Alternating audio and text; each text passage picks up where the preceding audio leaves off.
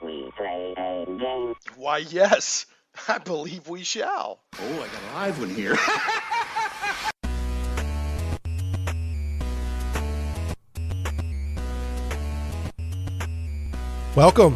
Welcome to Shane Plays Radio, live from Little Rock. It's Geek Talk Radio, a journey into the things we love. I'm your host, Shane Stacks. So glad you're joining us this week. If you're listening live on 96.5 FM The Answer or via the 96.5 FMTheAnswer.com website or on iHeartRadio or TuneIn Radio apps, so glad to have you. If you're listening delayed via the podcast or on Krypton Radio, again, glad to have you. And if you're listening on Krypton Radio, I apologize. You heard the Warhammer and Frontline Gaming show 2 weeks in a row. So apologize for that. That was my bad.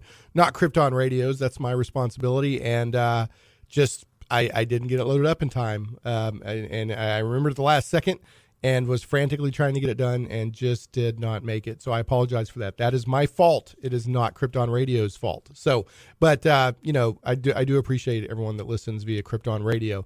Now, I'm going to go through some quick housekeeping notes, and then we will dig into today's show. As always, it's a good one. So glad you're with me. You can always call in. One of the things I like to do about this being a radio show, this is live terrestrial radio, not just a podcast. One of the reasons I do that is so it can be interactive. Okay, you can call into the show, whether you're in Little Rock or whether you're anywhere in the world. You can call in 501-823-0965. You can also tweet me at Shane Plays. That's ShanePlays. Tweet me at Shane Plays. And I monitor that, and you can actually, it's interactive. It's not just, a passive experience. That's my goal here. So show notes and links for today's show are up on the blog right now at shaneplays.com. And I do that for two reasons. One, so that if you miss something, you're like, hey, what was he talking about? You can go right now. You go right now and you can listen to the show, or not listen to the show. You can look at the show notes and see what I was talking about while you were listening. If you missed something or if you want more information, there's links there. So don't forget about that, shaneplays.com. The show does go out as a podcast. It goes out on the blog at shaneplays.com via Patreon. I appreciate my Patreon supporters, and on iTunes and Stitcher and other fine podcast directories. That usually goes out within a couple of days after the live show on Saturday afternoon. Of course, as I mentioned earlier, you can listen to the radio or online. And we're also carried, as I mentioned, on Krypton Radio. Krypton Radio is SciFi for your Wi-Fi. KryptonRadio.com by Gene Turnbow and the fine folks over there. So today we're going to be talking, we have return guests Jeff D. and Jack Herman from the Villains Vigilantes role-playing game. Their company is Monkey House Games, and they're going to update us on the future of the Villains and Vigilantes role-playing game. So that's going to be exciting. Before then, as always, we've got some news. So Zach, let's turn on the hidden microphone and listen to the little news team. There they go. Oh yeah, working hard. Even on snow, it's we got a little bit of snow here in Arkansas, here in Little Rock, and those hardworking guys didn't let the weather interfere with them. Zach, they are hardworking. And remember, for every $1 of support that I receive on Patreon at patreon.com/ShanePlays, I always say either Patreon or Patreon. I think it's supposed to be Patreon. Patreon.com/ShanePlays. For every $1 of support I receive, those guys get a penny an hour raise. So don't forget about that. But yeah, we got some snow around here. Zach, did you play in the snow? Zach's my able-bodied producer. No, I just stayed home and pretty much relaxed. Really? I got out. I crashed some neighbors' snow party and did a little snowball fighting. And they were building a cool snow fort, and I asked them to name it Fort Stacks, and they did. So you're a big kid. Oh yeah, totally. Oh. And then had a little snowball fight, and then I built a snowman with my son and my wife. And my son's he's 2, so it's really the first time he's really gotten the fact that something cool's going on here. Mm-hmm. And he was wanting to get out in it. But my snowman, Zach, had a jetpack. So all other snowmen are invalid because I'll put a picture of that up on the blog. Okay. My snowman had a jetpack. So anyway, all right. And I think it's already up. I tweeted it on Shane Plays. But anyway, into the news. Here we go. Scientists. Everyone's bummed out because Pluto lost its status as a planet a few years ago, right? Yeah. So which, a lot of people are bummed out about. But scientists have found hints of a giant hidden planet in our solar system. So they think, and the link's up on shaneplays.com if you want to know more, but they've been studying the behavior of some objects in the outer solar system, and the only way they can explain it is if there's a giant mass interfering with their gravity. So, and I'm, so it'd be another ninth planet because Pluto was a ninth. And there's, you won't get this one, Zach, but some people will. If they find this planet, I want to call it Planet 9 from outer space. So the reason I want to do that is because there's one of the worst movies ever made was called Plan 9 from outer space. So I want to name it Planet 9 from outer space, Zach. Yeah, I knew you wouldn't get it. You give me that look. You're like, what is this guy talking about?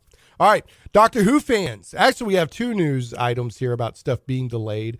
Some Whovians are probably going to be quite upset in 2016 because Doctor Who showrunner Steven Moffat, who's been, kind of leading the show for several years now, is quitting to be replaced by Broadchurch creator Chris Chibnall, I believe I'm saying that right. Now, Chris Chibnall does a show called Broad Street. I think he was involved with Torchwood. Evidently, he's a huge Doctor Who fan. But what this all comes down to is Steve Moffat is still going to do one more season. But for various reasons, because of the Olympics, and also they want to have a big event with Steve Moffat leaving, that entire season will be broadcast in 2017.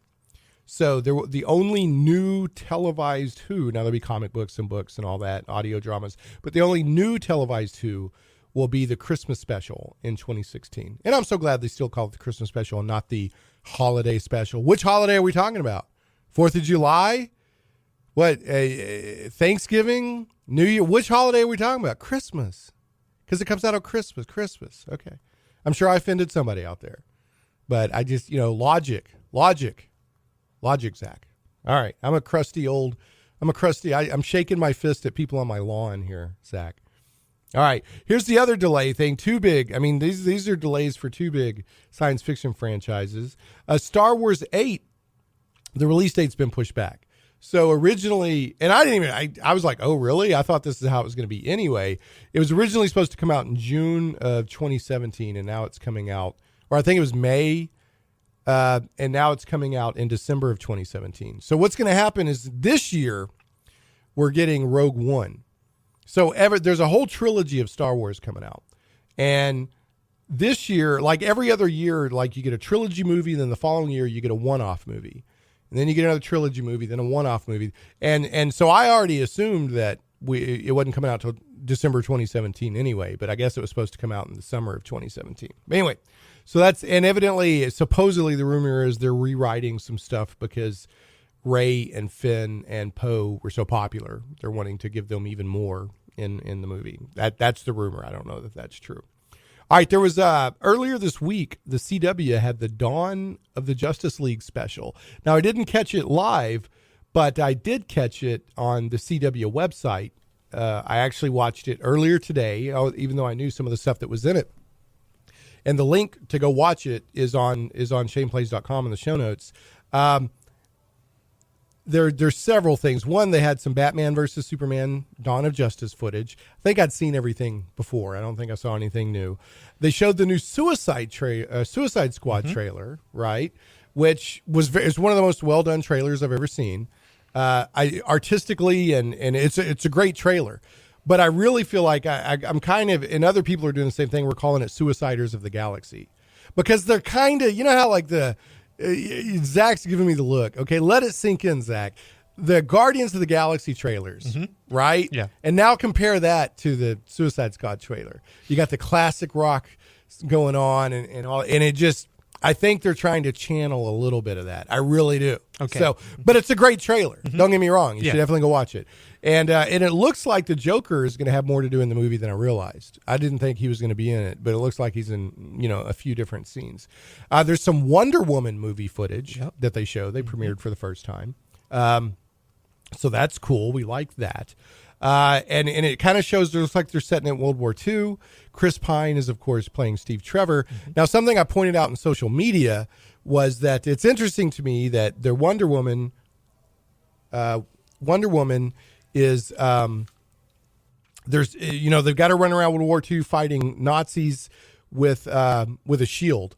And I just can't help but think that they're trying to tap in. And I know that Wonder Woman came out in World War II originally, I get all that in the comic book, but there's so many different ways they could have told this movie, but they're choosing to set it in World War II with her fighting Nazis, and she's actually running around with a shield in some of the footage. So I just can't help but draw a comparison to the Captain America First Avenger movie that came out a few years ago.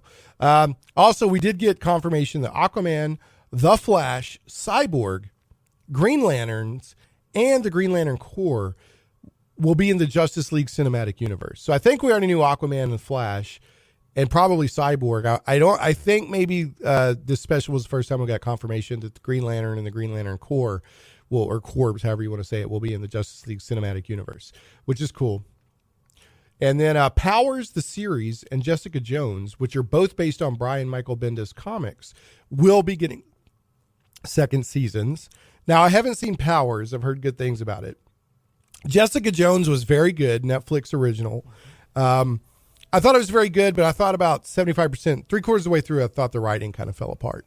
But I thought it was done really well, and I just hope they can find a villain that was as good as David Tennant as Kilgrave. Mm-hmm. He was a great villain. Did you watch Legends of Tomorrow? I did watch Legends of Tomorrow. Yeah, in fact, I'm surprised I forgot to mention that. I liked it. Mm-hmm. I liked it enough to keep going with it. Yeah. But they've got a lot they still got to pull it together, mm-hmm. right? They were trying to introduce so much. Yeah. But yeah, it's going to be a fun show. Okay. And I liked it. I wasn't like, that's the best thing I've ever seen. Yeah. It wasn't like that, but I liked it. Mm-hmm. And, I definitely enough to keep going, at least give it like the first season to see what I think. Okay. And of course, I love Captain Cold's character. Yeah, and I've never really liked the Heatwave character in the Flash TV show, mm-hmm. but I liked him in Legends of Tomorrow. Right. He was kind of good comic relief. Yeah. So, and I love that. And this is a spoiler that Professor Stein had to drug the other part of Firestorm to get him to go. I thought that was pretty funny. So anyway, all right. So, but yeah, I liked it enough to definitely keep going with it. All right, here's some comic book news, which pay attention to because our guests today have like the premier comic book role-playing game. And I think there's some quibbling, but basically they have the first comic book related full system role-playing game that came out back in the day. DC Comics is relaunching everything with number ones again, I think in June. And from what I understand, they're going to cancel some series, keep some other series going, but they're trying to tie it more in with their film and TV stuff that's going on. I got to say, this is a big yawn for me. I'm sorry, I don't want to be a downer. DC does some cool stuff, Marvel does some cool stuff, but DC keeps relaunching stuff, and it's just starting to feel more and more gimmicky. Now, there's some good stories that come out of it, but shake it up. Let's sell some number ones. It's just starting to feel really gimmicky. So I'm actually going to ask Jeff and Jack what they think about it. They may not want to comment. I don't know, but I'm going to see what they think about it from a storytelling perspective. And they probably understand the business side of comics far better than I do. All right, and then this is cool. I'm glad to read about this. Marvel has announced that Steve Rogers will return as Captain America. But now here's what they're doing. They're kind of doing like what they did with Spider-Man. Right now you got Peter Parker Spider-Man, and they're also introducing Miles Morales into the full-on Marvel universe. So there's going to be two Spider-Men running around. One of them is going to be the classic Steve Rogers. The other one is going to be I think he's half black, half Hispanic. And he's a great character. He's coming from the Ultimate Universe. So here's what they're doing with Captain America. Steve Rogers is coming back, but Sam Wilson, who used to be the Falcon and became Captain America, is staying as Captain America. So you're going to have two Captain Americas, two Spider-Men. As long as they tell good stories, I don't care. And I like all the characters. Mm-hmm. So I think I prefer that to replacing one or the other, okay. in all honesty. Yeah. So a couple other quick news items, and then we're going to get to a break, and we're going to bring on Jack and Jeff and get them back on. So excited to talk to them. And, last time they came on, Zach, I fanboyed. I just had a fanboy meltdown. I was so, this time, I'm going to try to do a little bit more of a objective interview with them. But last time I was like, you guys are the best thing that have ever happened in history. Well, you have the experience now. Yeah. Well, it wasn't just that. Sometimes I'm just going to set aside radio hosts and I'm going to fanboy. And I fanboyed with those guys. Big part of growing up. Villains Vigilantes. All right. And Jeff D's art. All right. Couple other quick news items. I'm going to wrap this up so we can give Villains Vigilantes and Monkey House Games as much time as possible. There's a game that's gotten banned on Twitch. Twitch is where people can watch people play video games. And it's this Gandir simulator, which Gandir in Japan, I guess, is the word for if somebody is just so obsessively jealous that they'll get violent or do crazy things. And so in this game, I guess you do nasty things to take out your rivals. Well, they banned it on Twitch. Now, I'm not a big fan of games that have nudity or graphic content or all this. I'm just not. I mean, it's rarely in there for any storytelling purposes.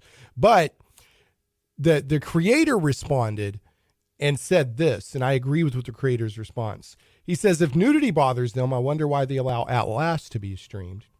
If torture bothers them, I wonder they allow Grand Theft Auto 5 to be streamed. If bullying bothers them, I wonder why they allow Bully to be streamed. And if graphic violence bothers them, I wonder why they allow Mortal Kombat 10 to be streamed. Mm-hmm. So I agree with that. Yeah. Once you get into censoring stuff, it's a very slippery slope. Yeah.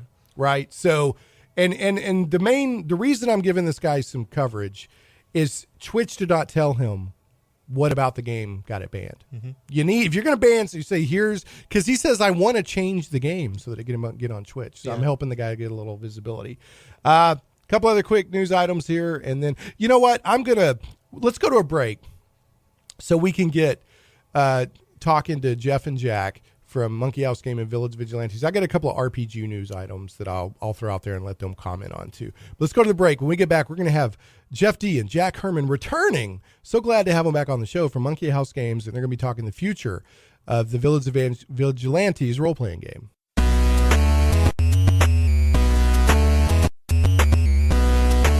Megawars.net. The classic online space strategy game has returned, bigger and better than ever before. Scout the universe and claim your empire. Construct, customize, and launch dozens of different starships. Battle thousands of opponents online in a team-based competition leading to the ultimate battle of the galaxies. Grab your slot today in one of the most hotly anticipated indie games of 2015. Visit Megawars.net and get options only available during our pre-sale event running now. Megawars.net. The die is cast. Plunge into worlds of fantastic adventure where dragons lie and the undead stalk the shades of your mind's imagines. Where creatures of legend plunder wealth through the horror of their passage. Monsters grim and foul hold the ecstasy of gold and the renown of glory. All this and more awaits you and your friends in the unlimited, fantastic world of the Castles and Crusades role-playing game from Trollord Games. Visit your friendly local game store or Trollord.com to get your copy today. A rules-light, adaptable game that has stood the test of time. 12 years in constant publication with no new additions. Castles and Crusades is the original, easy-to-play attribute check system. Join us and unleash your imagination. Visit your friendly local game store or Trollord.com to get your copy of Castles and Crusades today. Shane Plays Radio is blessed to have sponsors, and we appreciate them very much. However, did you know that you can also support the show as an individual for as little as $1 an episode? Simply go to patreon.com/Shane Plays.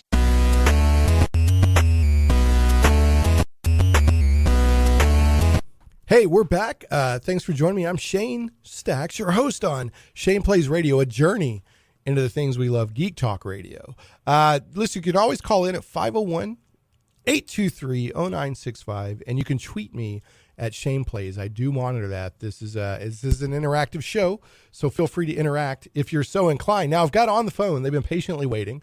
So glad to have them back. They actually were on not quite 3 months ago, talking about some stuff that was going on with Monkey House Games and their RPG, Villains Vigilantes, which is a personal massive favorite of mine. One of the very first role-playing games I ever played and owned. It's been a big influence on me. Loved it so much. And Jeff D, of course, is also a well-known artist. And, Jack Herman has some other writing under his belt and other cool stuff he does. So, but anyway, with no further ado, let's have him on. Jeff and Jack, are you with me? I'm here. Hey, great. Hey, listen, guys, thanks so much for being back on the show. I'm really excited to have you back and to hear more about what's going on with Monkey House Games and Villains of Vigilantes. So, again, thanks so much for your time and for coming back on. Well, great. Thanks for having us. I need to. This is Jeff D. Please let me apologize in advance for my voice. Oh. I am getting over a nasty cold, and I think I'll be able to get through this interview. But Okay. I'm not quite myself. I'm going to let Jack do a lot of the talking. Well, maybe you took a lot of Sudafed, sure. and we'll get the interesting, or not. I mean, you're interesting anyway, but an interesting Jeff D. Perhaps that'll happen.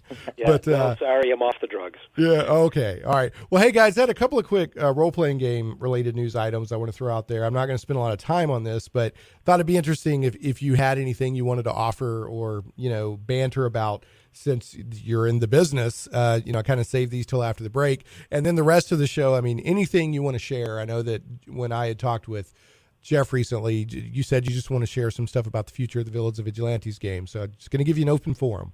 But first, got a couple of RPG news items. One is, and this is cool to me because Traveler is also way back in the day, one of the games that, to me is one of the big games that came out first. But the Traveler RPG, which was the first, if not one of the first, sci-fi role-playing games. There's a new edition available now from Mongoose Publishing, and you can get the PDF through Drive-Thru RPG, and there's going to be a print version available in April. And looking at the release schedule, it looks like they're really putting some support behind bringing Traveler back in a big way. Do either of you guys have any experience with Traveler? Do you have any memories of it or any opinion on it? Oh, yeah. I remember Traveler from when it first came out from Game Designers Workshop, back when it was those 3 black books in the box. Yep. It was an all a D6 based game, and I remember one of the fun things about it, or one of the kind of unique things about it, was that your character could die during character creation. Yeah, the character creation actually went through like 20 years of history or something. Yeah, it was really strange. You go through your military terms, and you have to roll for each term to survive. So you could stay in the military and get lots of skills and money, but you also run the risk of kind of losing it all. So there was this kind of little mini game that was in itself character generation that could end well or badly for you, and you have to start all over again maybe if you didn't make your survival roll. So I always thought that was kind of an odd feature. I don't think any other game really ever did anything like that. Yeah, I've never seen it in any other game. I mean, yeah, you establish all these history and skills and money and all this stuff before you ever roll your, have your first session anyway. So I know in at least one later edition they modified that to where there was some kind of catastrophic accident that kicked you out of your previous career, is what happened to you. So your character got to still be alive, okay. But you might have a hook hand or be missing an eye, or I forget exactly how they handled it. I think I'm thinking of the Mongoose edition, which is the last version that I picked up. Okay, well, it's still with Mongoose, and they've released another. They're pushing it hard. Looks like I just remember, it's classic. Those I think Jack said the black books, that had like the one stripe of color. And then it was, and I remember, I think the first, I don't know if it was the referee's guide or the first adventure said, this is Free Trader Beowulf, Mayday, Mayday. It just had that great, that great hook to, hey, what's going on here? So, all right. So anyway, if anybody's an old Traveler fan or wants to know more about it, check out Drive-Thru RPG and Mongoose Publishing. And the last thing is, I love this stuff. I love the history of RPGs and how things came about.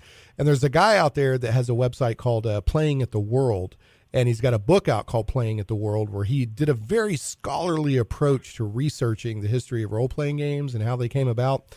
And he's found out, he's pretty sure that he has evidence. Now, there's nothing illegal here. He said back in the day with wargaming, borrowing elements from games was very common.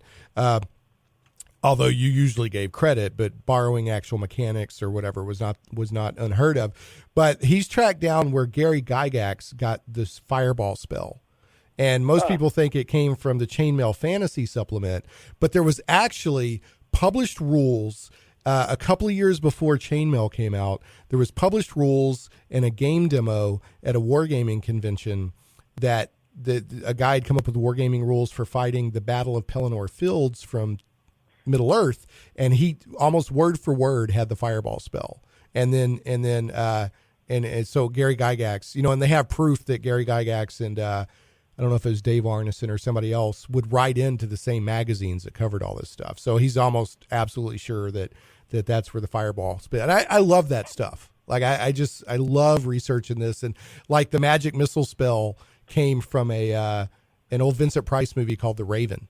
So I just love researing all this stuff. Man. Yeah, just love researching. I did not know that. Yeah. There's magic missiles in The Raven. Yeah, there's a scene where I think Vincent Price and another wizard are fighting, and they're shooting little animated bolts at each other. And Gary Gygax is like, that's basically where magic missile came from.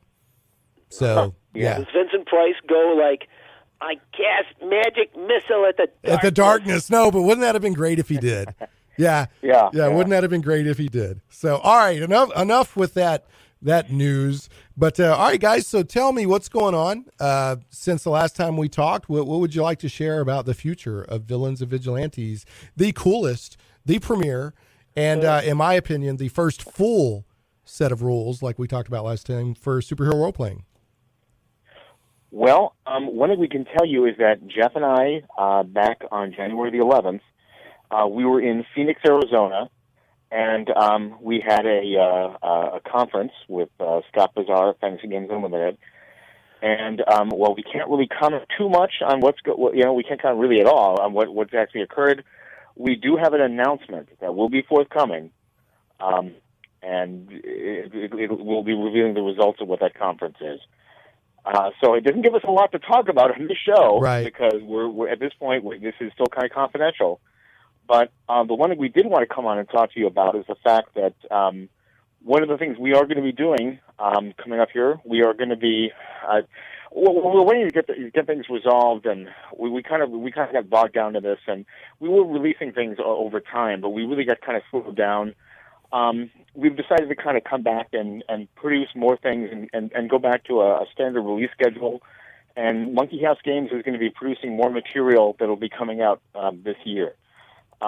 We've already put out a faux file for a character called Red Tide, which is kind of just a one character with the stats and all the information about this one villain that you can use in your campaign.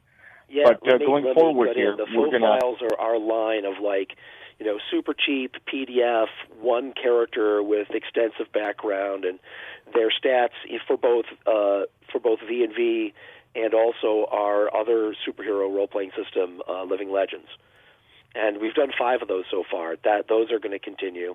And I have an old, never published book of villains for V&V that is probably going to appear, one villain at a time as faux files. So we've also had one outside writer come in. The last one was by Taljim Herman, did a cool supervillainess called the Red Tide. But more of those are coming from me, from Jack, from other writers who pitch in. So that's going to be an ongoing regular thing. Okay, so I mean, you get you can't talk yet about what may or may not have happened at the recent meeting. And I mean, that was a straight up legal meeting. You went to, was it Arizona? Yeah. Okay. So we can't talk about that, but you can share that you have plans to continue producing that is correct. V&V related material. Okay. Well, that's great. So now just to set, so I don't go into stuff you don't want to talk about, can I assume for now that we don't want to talk about future edition stuff? Because I know y'all were looking at doing another edition. For now, do y'all want to talk about or not talk about that on this show? We will be moving ahead with the 3rd edition of our superhero role playing system. Great, fantastic. All right, so what? I don't. Did we talk about that in detail at all on the last? No, not really. You kind of about all we talked about. So I'd love to know more about it. Anything you want to share? Yeah, when Jack gets through, talking about what the next few releases are going to be, then I think you as a V&V fan should ask questions. Okay, that's the best way to go at it, is ask about stuff you are curious about for a new edition of our system, and we'll answer that. Okay, great. Yeah, go ahead, Jack, then. Yeah, let us know about the schedule. Oh, sure. Well, I mean, we haven't actually have dates yet, but we do have a pipeline filled with a number of projects, some of which we can't talk about, some of which we can. So I'll go through the ones that I can talk about here. We've got an adventure that is mostly mostly the artwork is finished on it, and the text is mostly done, called Market Forces, which is going to be from Stefan Dedman, an Australian game writer who's done stuff for V&V in the past. I really like his stuff because he has he's got a very kind of twisted sense, but he's also got a strong kind of literary kind of science fiction mindset to things. He's got a nice sense of scope, and he's had adventures he's done for us in the past. He did an adventure called Preemptive Strike, which had a very kind of nuclear terror element. And then he followed that up with an adventure called The Great Iridium Con that took place. The entire thing was in a like a science fiction comic book kind of a convention. And the last adventure he did for us was probably the last thing we published. The last big adventure we published was called Ancient Evil, which was it starts out in kind of a creepy small town, and it kind of goes cosmic in scale. But is that kind of Lovecraftian cosmic, or is it? Yeah. Yeah. Okay. And also side jump into ancient Greece, which is cool. Cool. Yeah. Yeah. And I love his stuff. That's way to go. And then that's the main artist on that is Todd Smith, who has done several of our recent adventures, and we're hoping to be able to use him a lot more. Jack is kind of our editor guy who deals with writers, and I'm our art director guy who deals with artists. And I'd like to officially put out the call that we're going to be looking for artists, because we will have way more stuff to coming out in the near future than I'll be able to illustrate, or just me and Todd. So, okay, great. Definitely, I'll spread that word. Jeff at monkeyhousegames.com. Jeff at monkeyhousegames.com. Okay. Go ahead, Jack. And so let's see, we've got Market Forces. Other things we're working on is we're talking about doing a sort of an alternate version of faux files that rather just a villain, there would be kind of a gang of specialized thugs that you can use if you're putting together an adventure. You've got your villain, but you want to also kind of give them a gang of thugs to throw at your players, with kind of a weird twist to them. Dave Woodrum, who's a guy who's written some stuff for V&V over at FGU, he's a friend of ours that came up with something for us that we're looking at right now. So that's kind of in our pipeline. And let's see what else is going on. We also have an adventure that's currently being worked on. That's actually an adventure written by Bill Willingham, which is who, of course, huge. Yeah. Yeah, did Death Duel of the Destroyers and Island of Dr. Apocalypse, two of the first adventures that came out for our game. And he wrote a new adventure for us that we're looking to hook up with an artist and get to work on that too. Yeah, and that's huge. V&V in general, just any news on V&V in general is huge. But to also have a module, written by Bill Willingham, who has gotten. He's a strong writer, but he's gotten very well known for Fables. So to have a module for a role playing game being written by that's great. So it's big news all around. Bill has always been a big supporter of V&V and a close personal friend of ours. So he and I first met when we were both working in the art department at TSR. Okay. Back in 79 or 80. So yeah, it's great to be doing stuff with him again. We're going to be giving him his own imprint, right, Jack? For his adventures. Yeah, well, that's the deal. Yeah, that's something we'd like to do. An imprint for RPG material, or his adventures will be in his universe. Okay. As opposed to being part of our universe. Okay. Right? Now, do you, and I don't want to spend too much time, as cool as Bill Willingham is, I don't want to spend too much time on this, but do you know, will it be a superhero genre, or will it be something? Okay. All right. Yeah. Oh, yeah. It'll definitely be in the superhero genre. Okay. Very nice. But, well, that's great. That's hardly saying anything, because the coolest thing about the superhero genre is it's everything. Right. Right. You know, and I think the most surprising and yet shouldn't have been surprising thing about this golden age of superhero movies and TV shows we're in right now is that you know, like particularly Marvel has been taking each movie and saying, well, this is really, you know, Ant-Man is really a heist picture, right? And Captain America, the first Captain America is a war movie, and Guardians of the Galaxy is a science fiction movie, and they're treating all these things that can happen in a complete superhero universe as incarnations of the genre that they're doing at that time, which is wonderful, and I think has really helped make room for all these different treatments of superheroes that we've seen, right? Because if it had all been like kind of generic four-color guys in costumes beating each other up, they'd have quickly burned through that, and it could become boring, you know. But the fact that they're all different, I just think that's fascinating and amazing, and just exactly the right way to handle it. You mentioned earlier, we were listening, you talked about Legends of Tomorrow. Uh-huh. I love how that is essentially like Doctor Who gathers up a bunch of superheroes to work for us. That's exactly what I thought. There was a couple of moments, you know, and it's hard not, you know, because of course the guy that's playing Rip Hunter played Rory, which was one of Doctor's companions. But yeah, I mean, I was like, this is basically, you know, half Doctor Who, half Justice League kind of thing. Yeah. And I agree with your assessment that, you know, they've got a ways to go to hit the ground on that one. But once again, that is going to be a completely unique angle to show superheroes in, and I just think that's great for the genre. Right. Well, you know, you brought up a lot there that, you know, just talking about what the superhero genre can be. A lot of writers will say that they you know, the people that are writing comic books, they want to write in other genres in comic books, but superheroes is the big 800-pound gorilla. So they find ways to write their own genre in superhero comics. And I'm thinking of, and I can't remember the name of it off the top of my head, but it's the miniseries where Elongated Man, Ralph Dibny's wife, was killed.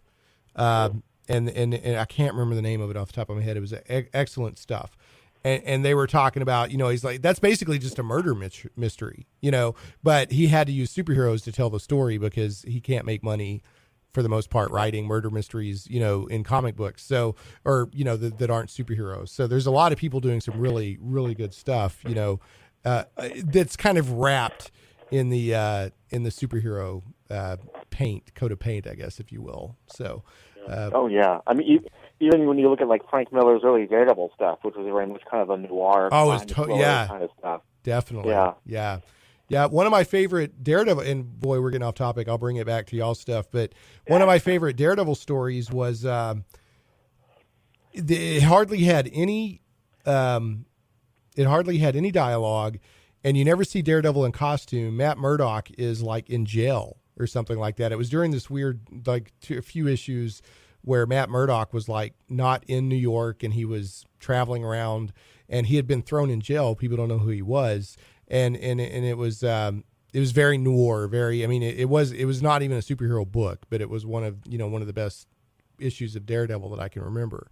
But anyway, okay. So back to you guys, back to Villains Vigilantes and Monkey House games and all that. Let me do this. Let me take a break. When we get back, I want to ask you some questions. And I know you said that you didn't have a release schedule yet, Jack, but, maybe some kind of ballpark of when some of this stuff may be showing up, without putting you on an actual release schedule. But let's hit a break. When we come back, we'll have more with Jeff D. and Jack Herman, Monkey House Games and Villains Vigilantes.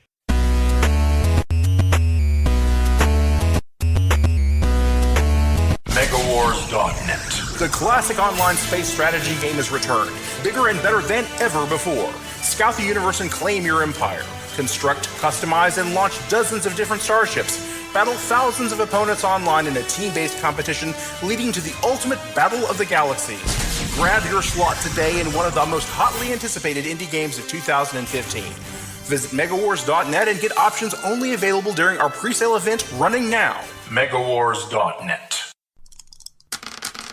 The die is cast. Plunge into worlds of fantastic adventure where dragons lie and the undead stalk the shades of your mind's imagines.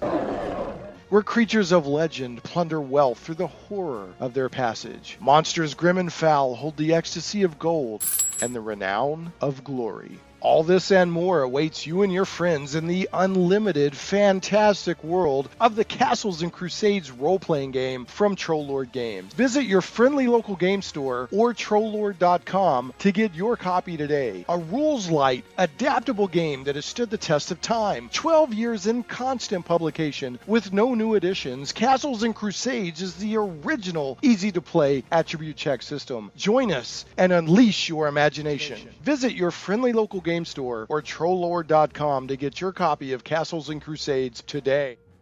Shane Plays Radio is blessed to have sponsors, and we appreciate them very much. However, did you know that you can also support the show as an individual for as little as $1 an episode? Simply go to patreon.com/Shane Plays.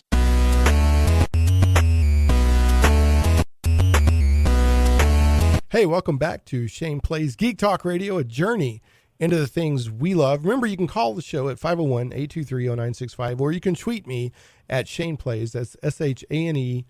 If you have a question or comment for Jack or Jeff from Monkey House Games and their Villains Vigilantes role-playing game and just anything maybe they're doing, or if you just have a comment or whatever, feel free to reach out. So, guys, we have just under 10 minutes left. So, of course, I have some questions that I'd like to get into. But before I do that, is there anything else that you wanted to make sure to share today before I kind of maybe take it in a different direction?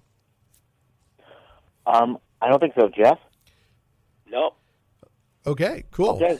I think we've got it covered. Jack is covered.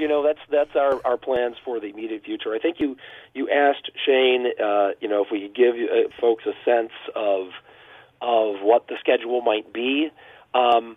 We can't commit yet, but we're mustering our resources, and our plan is to hit the ground running and get this stuff out in as timely a manner as possible.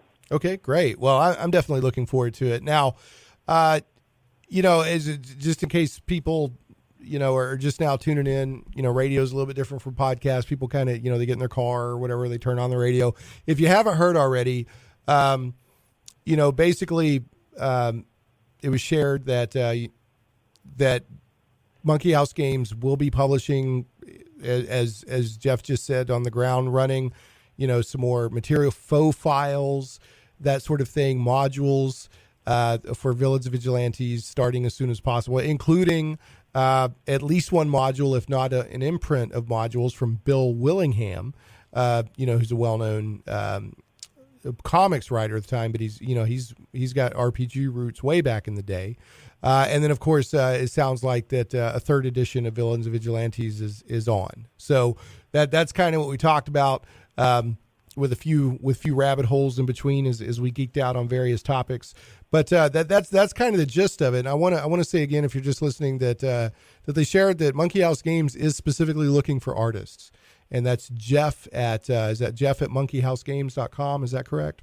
Correct. Okay, yeah. So we'll need to get the word. I know. There's actually a pretty strong comic artist community right here in Little Rock, so I'll make sure that people know about that. We've had. Mitch and do y'all know the Breitweisers? Mitch and Betty Breet. They do some different work. I know she just did the Fade Out, and they've worked for Marvel, DC. They do a lot of stuff with Image. Oh my. Yeah, and then they've give really great artwork, and then Stuart Berryhill has been on the show too. So I'll make sure that they all know about your call for artists. So, all right. So here's my questions. Probably most of my stuff is going to revolve around what third edition may or may not look like. Shoot. So I know you shared before when you came on the show that the third edition of V&V would be pretty much compatible with previous editions. Is that still going to be the case? Or well, yeah, obviously, for we want to make it. There's always a struggle whenever you do a new edition. You want to improve stuff where you have a clear idea of ways that it could be improved, but you don't want to alienate people that are using the previous edition. So, if it was 100% compatible, then it wouldn't really be a new edition. Right. It'd be just ripping everybody off by saying the same thing a different way. What we're aiming for is conversion is fast and simple. It shouldn't take you more than 15 minutes to convert an old V&V character to the 3.0 rules. Okay, so that's fair enough. Right. So is it something like 80%? Sometimes it'll be a little faster, and sometimes it'll be a little slower. But right, I mean, it shouldn't be a struggle at all. So will it be one of those things that like 80% of the game is compatible, and then you've got to convert the remaining 20%? Was that a fair assessment, or is it? I mean, is that not a good assessment? It's not quite like that. I mean, Okay. we do a lot of fundamental things differently, but not in a way that it takes a lot of time to switch over to. Okay. So now It's hard to characterize.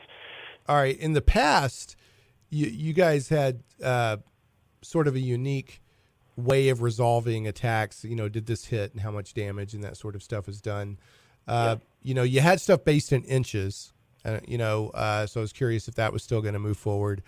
And then, and I still like this approach, but a lot of the modern role-playing games don't do this. I like where the character you get is completely random, and you got to be creative and say, oh, this makes me role play because I got a character I may or may not have been expecting. So you rolled for your powers, you rolled for this. Is there still going to be that, or like what's kind of the way that you put a character together?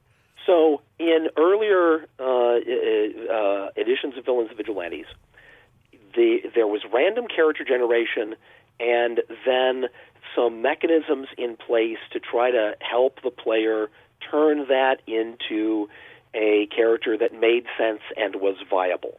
Okay, so the way, laced all through revised V&V, or what we call it in our edition is V&V 2.1. There's advice to the game master saying, look, if some guy rolled, just 3 powers and had to drop 1, and they got water breathing and adaptation, right? That guy's going to need some help.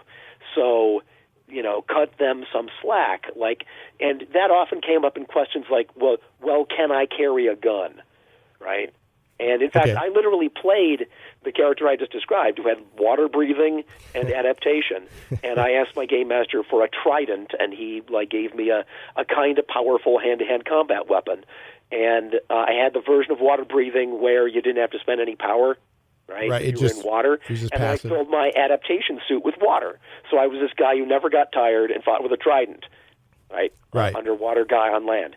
And he was barely viable, but only because the game master had been advised to, work with me. Right. Yeah. Don't stick somebody with a character that's unusual. Right. Yeah. Whereas at the same time, if you get a guy he's invulnerable and he flies and he's super strong and he's super agile and they've got all this other stuff going for him, then, then the advice was, well, when the questions come up about how their powers work, be a little stricter with that guy and try to balance it the other way. So there was always this idea that the game master's job is to try to bring things back onto a slightly more equal footing if possible, not eliminating the effects of the randomness, but make it so they can be in a team together and make sense. That's always been there, but there has never been a mechanism for doing it. The third edition of our rules has a mechanism for doing it. Okay, you do random generation, and the random generation essentially assigns points of powers to you. So every power now comes in increments. Okay. Interesting. So, like it used to be with heightened strength, you'd roll some dice to see how much you get. Now it's like, oh, you're making a standard power level hero, and you got heightened strength. That's plus 20 heightened strength. If you're running a low-powered campaign, heightened strength is only 10 points of extra strength. Power Blast does D20 of damage in old V&V. It's 2D10 now. Good old Power Blast. And now, if you're running a low-powered campaign, your Power Blast is maybe 2D6s. All right, so it scales. So things come in different amounts, which does two wonderful things. It lets us now have actual specific, like, advantages and limitations you can throw on abilities to balance things a bit, and also lets the player customize a bit. So, I rolled up a guy, and, he teleports, but I think it would be cool if he could only just teleport through walls. So I'm going to pull some of my points out of teleport and stick it in my armor because I think of him more like that, right? Cool. So that's what's going on now. All right. Does that make sense? Yeah, it does, and it sounds very cool. So it's keeping some of the original, but giving some flexibility and kind of things that kind of scale. Let's say, hey, we got 20 seconds left. Radio always goes so quick. Most awesome vehicle system ever. Okay, awesome vehicles, scalable powers. So I can talk about that. All right, great. Listen, folks, Jack, Jeff, thanks so much for joining us. I'm going to have to run. Hey, folks, that's it this week. Thanks so much for joining me for Shane Plays, Geek Talk Radio, a journey into the things we love. Listen, the tweet of the week is from Brian LeBurge. I think I'm saying that right. Brian LeBurge, he said frilly skirts and laser rifles. That's all the context we get. He even said, he goes, that's all the context you get. Frilly skirts and laser rifles. I love that. Next week, we've got YouTuber Yoda Didn't Die, and he did this extremely cool thing with Snapchat where he took Snapchat art and he did a fully animated, scene-by-scene animated version of the Star Wars The Force Awakens trailer, and it's really super cool. So I'm looking forward to talking to him about that and Snapchat and Star Wars and all that cool stuff. We'll see you next time on Shane Plays. Oh yeah, don't forget, we can be found on Krypton Radio. Krypton Radio is sci-fi for your Wi-Fi. I'm out.